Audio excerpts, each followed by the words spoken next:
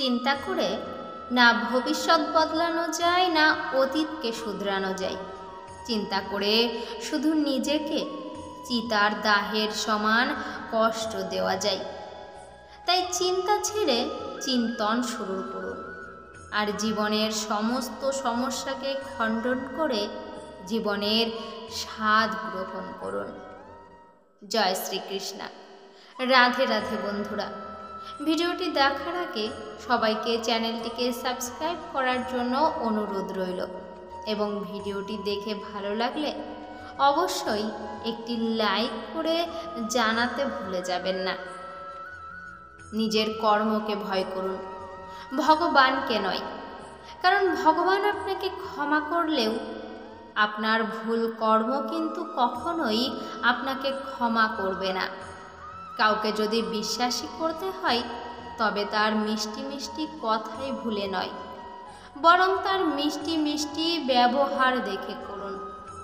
আমাদের জীবনের একটি গুরুত্বপূর্ণ অধ্যায় হলো নিদ্রা, যা এই সংসারের প্রত্যেকটি প্রাণী প্রাপ্ত করে থাকে।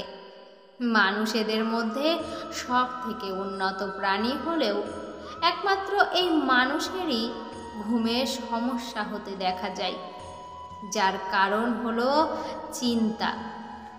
আচ্ছা বলুন তো, অর্থের চিন্তা করলে কি আপনার হাতে কখনো অর্থ এসেছে?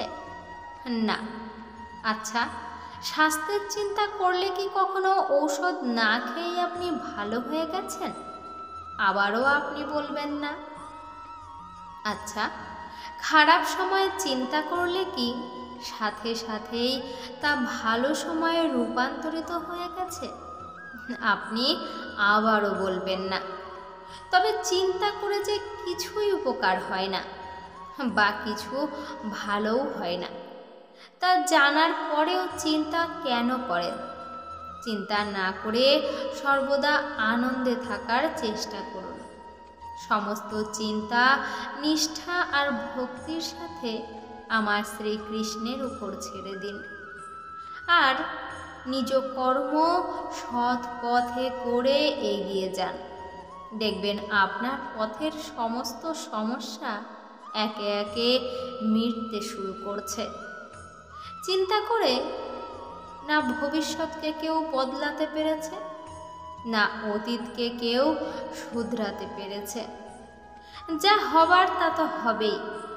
তাকে চিন্তা করে কখনো বদলানো যাবে না।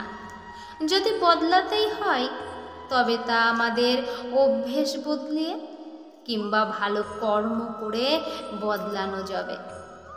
তবে কেন বসে বসে চিন্তা করা? তার থেকে বরং কিছু করুন, যাতে ভবিষ্যৎ এবং অতীতকে ঠিক করা যায়। অন্যের ভুল খোঁজার থেকে নিজের ভুল খোঁজা শুরু করুন, কারণ অন্যের ভুল খুঁজলে অহংকার বাড়বে, আর নিজের ভুল খুঁজলে আপনি সঠিক হয়ে উঠবেন। নোংরা জলকে যদি পরিষ্কার করতে চান তবে তাকে না নড়িয়ে একইভাবে ছেড়ে দিন। দেখবেন নোংরা নিচে থিতিয়ে গিয়ে জল একাই স্বচ্ছ হয়ে গেছে। একইভাবে মন অস্থির হয়ে উঠলে তখন নিজেকে শান্ত রাখুন। দেখবেন সমাধান একাই বের হয়ে আসবে। যদি খারাপের খোঁজ করেন তবে আয়নার সামনে যান। দূরবীনের ব্যবহার বন্ধ করুন। যদি কাউকে আপন করতে চান তবে পরোয়া করবে এমন মানুষ খুঁজুন। ব্যবহার করার জন্য মানুষ তো আপনাকে খুঁজেই নেবে। আপনাকে যদি কেউ কষ্ট দেয় তবে চুপচাপ তার থেকে অনেক দূরে সরে যান। ভরসা রাখুন উপরওয়ালার ওপর। আপনার কষ্টের জবাব সময় একদিন তাকে ঠিকই দেবে। যদি উপরে উঠতে চান তবে পড়ে যাওয়ার ভয়কে মন থেকে দূর করুন, কারণ ভয় আপনাকে কখনোই জয় এনে দিতে পারবে না। আজকালকার দিনে মানুষ চিন্তা করা থেকে বাঁচতে পারবে না, কারণ প্রত্যেকেই কোনো না কোনো চিন্তাতে ডুবে আছেই। খুব কম মানুষই আছেন যারা চিন্তা করেন না। কিন্তু কিসের এত চিন্তা করছেন? নিজের জীবন নিয়ে কখনোই দুঃখী হবেন না। কে জানে, আপনার মতো জীবন হয়তো কারো স্বপ্ন। আপনার হয়তো মনে হতে পারে আমি সবার চেয়ে দুঃখী আর বাকি সবাই সুখী। কিন্তু সত্যি বলতে বাকি মানুষগুলোও এই একই কথাই ভাবছে। যদি নিজের সম্মান চান, তবে অন্যকে সম্মান করতে শিখুন। ভগবান আপনাকে একটি জিভের সাথে সাথে দুটো কানও দিয়েছেন। যদি অন্যকে কিছু বলতে চান, তবে শোনার জন্যও প্রস্তুত থাকুন। মিষ্টি মিষ্টি কথা আর মিষ্টি মিষ্টি প্রশংসাতে কখনোই গলে যাবেন না, কারণ এগুলিই সর্বনাশের একমাত্র কারণ। নিজেকে দামি অনুভব করুন। যে কারোর কথায় নিজেকে দুঃখী করে তুলবেন না, কারণ আপনি অমূল্য।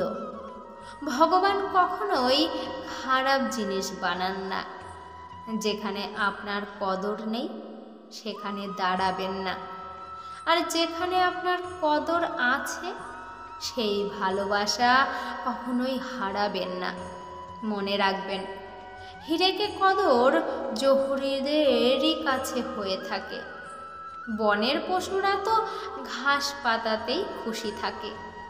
আপনার জীবনে দুঃখ এলে কখনোই ভেবে নেবেন না আপনি একা আছেন। মনে রাখবেন, আপনার সঙ্গে ভগবান সর্বদা আছেন। তিনি আপনাকে মজবুত করে তুলছেন। ধৈর্য ধরুন, উনি সব ঠিক করে দেবেন। আপনি তো জানেন, ভালো আর খারাপ সময় সর্বদা আসা যাওয়া করতেই থাকে। তবে চিন্তা কিসের? আপনার এই দুঃখের সময়ও নিশ্চিত একদিন চলে যাবেই। শুধু এই দুঃখে ডুবে না গিয়ে দুঃখের সামনা করুন।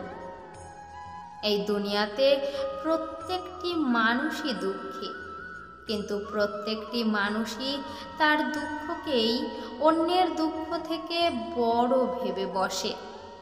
আসলে দুঃখকে বড় ভাবলে আপনি আরও বেশি দুঃখী হয়ে পড়বেন। তার থেকে বরং দুঃখকে জীবনের একটি অংশ ভেবে এগিয়ে যান। দেখবেন জীবনের এই সুন্দর অনুভূতি আপনি অনুভব করতে পারছেন। দুঃখের ওপর নজর না দিয়ে সুখের ওপর নজর দিন। যেখানে ভগবানকেই মানব রূপে জন্মে দুঃখের সামনা করতে হয়েছে, সেখানে আমাদের জীবনে দুঃখ থাকবে, এটিই তো স্বাভাবিক। ভগবান যেমন দুঃখের মধ্যেও সুখকে বেশি গুরুত্ব দিয়েছেন, আমাদেরও তাই করা উচিত।